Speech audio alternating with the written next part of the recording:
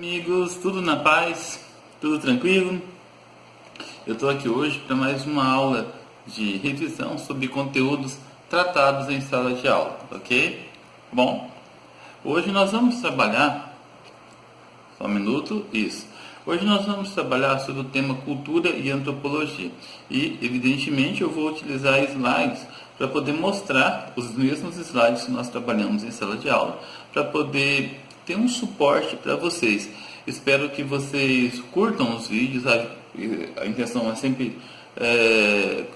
com muito carinho que a gente faz para vocês, né? Anotem o máximo possível, façam um resumo, façam uma breve síntese, né? E apenas se lembrando que eu estou usando o material didático de vocês para a gente poder trabalhar em sala de aula. Eu vou me apoiar em alguns autores além do material didático, tá? Então, vamos lá, vamos sem muita delonga, né? Cultura e antropologia. Bom, o objetivo da aula de hoje é entender o conceito, pelo menos parcial, de antropologia e cultura. Analisar a diferença entre etnocentrismo, relativismo cultural e diversidade cultural. Refletir sobre as escolas antropológicas e suas principais teorias. Pessoal, por que entender o conceito parcial? Porque o conceito de cultura, o conceito de antropologia é um conceito bastante amplo, que foi trabalhado por vários autores. Então, o conteúdo que a gente vê em sala de aula é muito pequeno, perto da grandiosidade que é esse tema. Então, a gente vai estudar um pouquinho a parte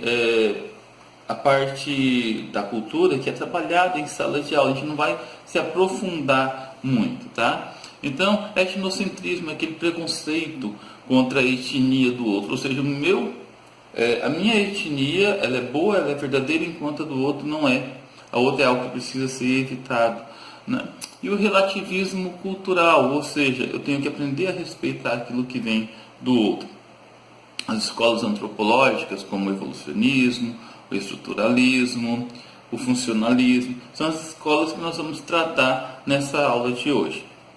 Bom, o advento da antropologia. A antropologia é uma ciência que nasceu na Europa na segunda metade do século XIX, quando houve a expansão imperialista europeia, o Acordo de Berlim, a partilha da África, na verdade, a questão do neocolonialismo, a invasão do continente africano e a divisão em várias áreas. Vamos lembrar que a África tinha várias etnias diferentes, a Ásia também, passou a ter uma necessidade de começar a estudar o outro. E não apenas a antropologia nasceu nesse contexto. Surge também, no século XIX, a sociologia, né? E a partir da segunda metade do século XIX, a geografia também surge como ciência. Bom, a percepção do outro. Aqui nessa imagem que eu coloquei no slide, pessoal, eu coloquei o caso do brasileiro, do indígena brasileiro, na verdade os nativos do Brasil. Às vezes, o outro, né, no caso aqui do Brasil, o indígena, é visto como ingênuo, agradável, solidário. Às vezes é classificado como uma animalidade, como um animal da natureza. Então existem muitas percepções relacionadas ao outro que são trabalhados na antropologia. Eu coloquei duas imagens aqui, duas visões de autores diferentes, tá? O alemão Hans Staden, no século XVI, escreveu: eles são ociosos, preguiçosos, de pouco trabalho, melancólicos, covardes, sujos, de má condição, rústicos, bestiais e vegetam como a umidade dos trópicos. São infelizes, pois vivem na escuridão das florestas. Olha só a visão que ele tinha dos indígenas. Já o padre espanhol, integrante da ordem dos dominicanos, Bartolomeu de las Casas, diz: as pessoas são nuas, bonitas, de pele escura e corpo elegante. São mansos e vivem em condições de igualdade. São cordiais e amáveis.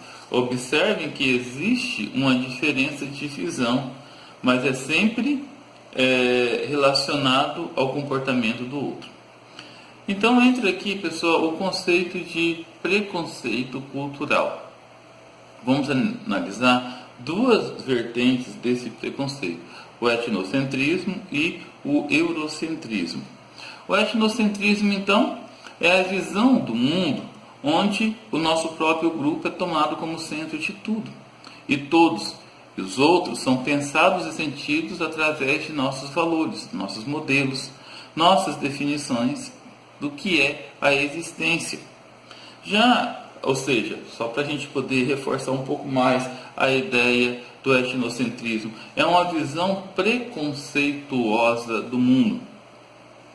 Não é apenas o fato de eu amar a minha cultura, a minha sociedade, eu achar que ela é a única perfeita e que as outras estão erradas. Eu quero, não apenas eu não gosto da do outro, mas eu quero mudar a do outro em detrimento da minha.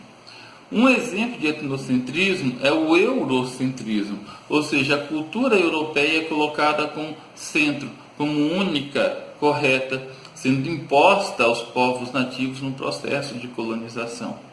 Né? Só é bonito aqueles que vieram da Europa, têm o perfil europeu. O jeito de vestir, de falar dos europeus é melhor, a sociedade deles é melhor e assim por diante. Vamos falar agora das escolas antropológicas. Bom, já comentei com vocês que a antropologia está ligada ao processo do neocolonialismo na segunda metade do século XIX, aquele processo de partilha da África. Na verdade, ela surge como ciência nesse contexto. Então, para a gente entender, para entenderem os povos conquistados, sua organização social, foram desenvolvidas as teorias da antropologia cultural. Por que isso? Porque esses povos, eles não tinham escritas, eles não eram sociedades europeias. Tá? Então, como eles não tinham esse tipo de cultura, era necessário entender isso. Bom, a primeira que nós vamos estudar é o evolucionismo. Bom, o evolucionismo, tendo como base a teoria da evolução de Darwin, ou seja, foi baseado na teoria da evolução de Charles Darwin, os antropólogos dessa vertente afirmavam existir fases de evolução social, ou seja, de selvageria à civilização, passando pela barbárie. Nessa perspectiva, os estudiosos tinham como parâmetros sua civilização europeia, industrial e expansionista. Pessoal, aqui entra um contexto muito forte. Eram pensadores, aí nós temos vários pensadores, entre eles, eu não estou citando esse nessa aula, né, mas o Herbert Spencer, eu citei ele em uma outra aula, quando estava estudando positivismo, mas ele é o pai do darwinismo social, é um sociólogo inglês, e ele parte dessa vertente evolucionista que o homem tem estágios, tem etapas, em que os primitivos selvagens são aqueles que vivem na floresta, como a imagem mostrada no slide, mas o ideal é chegar até a civilização que é a sociedade europeia. Mas nesse meio termo o homem pode passar pela barbárie, que é a luta pela sobrevivência, a briga, o instinto irracional. Os principais expoentes dessa teoria foram o inglês Edward Taylor, o norte-americano Lewis Morgan e o antropólogo escocês James Frazer. O evolucionismo e a diversidade cultural no Brasil. Aqui nós vamos entrar na ideia do antropólogo Franz Boas. Né? Ele criticou essa antropologia de gabinete, ele considerava o evolucionismo uma antropologia de gabinete, pois se baseava apenas nos relatos feitos pelos exploradores, pelos viajantes. De acordo com a ideia de Franz Boas, uma sociedade, uma cultura, ela não pode ser entendida se não tiver um trabalho de campo. Ou seja, a prática era necessária, você tem que se inserir naquela cultura para que você possa entendê-la. E, no entanto, surge a etnografia como sendo necessária, como sendo fundamental para o estudo da sociedade. Muitas vezes o antropólogo ele precisa se mudar para uma determinada tribo, para um determinado grupo e ficar morando com ele meses, às vezes até anos. Tem relato de antropólogos que ficou 3, 4 anos morando em tribos indígenas para poder registrar todo o conceito daquela tribo, a maneira como eles conversam, a maneira como eles se comportam, não é verdade?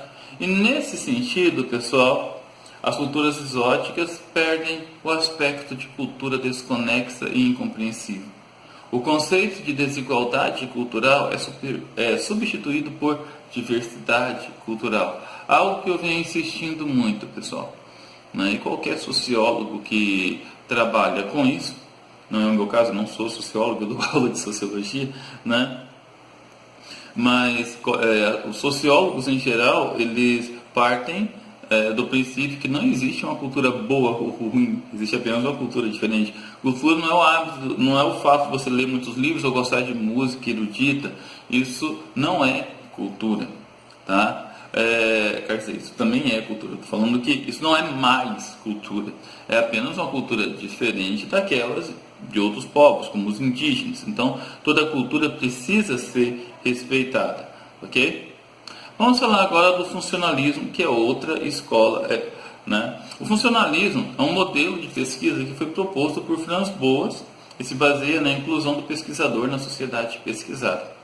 Ficou também conhecido como observação participante, ou seja, a ideia é que o pesquisador ele seja introduzido na sociedade cultural que ele vai pesquisar e passa a aprender os seus hábitos, os seus costumes e registrar tudo para que o pesquisador não incorra no risco do etnocentrismo ou do eurocentrismo. Vamos falar agora do estruturalismo. O estruturalismo, que tem o seu maior expoente, né, o belga Claude Lévi-Strauss, que foi professor da USP durante muito tempo. Ele, apesar de ser belga, chegou no Brasil em 1937. Ele era advogado, né, foi professor de filosofia e veio para lecionar na USP. E ele é considerado talvez o maior nome dessa escola sociológica, né? Então, o estruturalismo ele tem sua vertente na linguística, tá? Eu vou comentar no próximo slide. Então, podemos entender o estruturalismo como uma teoria que procura o conhecimento da realidade, pautado na pesquisa de aspectos subjetivos e imaginários dos homens e de seus grupos sociais. Como eu disse para vocês, o estruturalismo ele tem sua origem na linguística. Esse camarada que vocês estão vendo aí do lado, né, o suíço Ferdinand de Saussure, ou de Saussure, como os brasileiros gostam de falar, alguns professores gostam de pronunciar, né? Ele é o criador da semiologia e também é considerado o pai da linguística moderna e um dos grandes pensadores da linguística moderna, juntamente com o Bakhtin, né? Em síntese, todos os seres humanos possuem várias linguagens, como gestos, objetos, sons, palavras escritas, palavras que além de escritas são faladas e que possuem sentido. Então a diferença entre o significado e o significante entra nesse contexto. É por isso que essa escola, né, o estruturalismo, também virou uma vertente antropológica. Você inserir em uma sociedade para entender aquela sociedade, entender a sua cultura através de seus significados, através de seus símbolos. E o Lévi-Strauss ele trabalha muito dentro desse contexto, né? Bom, o Lévi-Strauss ele também diferencia o trabalho do antropólogo e o trabalho do historiador. Segundo a sua visão, o historiador deve preocupar-se em buscar as origens do processo social no decorrer do tempo ou estudar o aspecto diacrônico de uma sociedade. Ou seja, você estuda a sociedade através do tempo, através de suas interações no decorrer da história. Diferente do antropólogo. O antropólogo deve ater-se aos aspectos sincrônicos, a sua estrutura social, ou seja, entender as suas manifestações, as suas culturas, a sua sociedade. Pessoal, é isso aí. Foi bastante curto, como eu havia prometido para vocês. Espero que vocês tenham curtido, tenham gostado.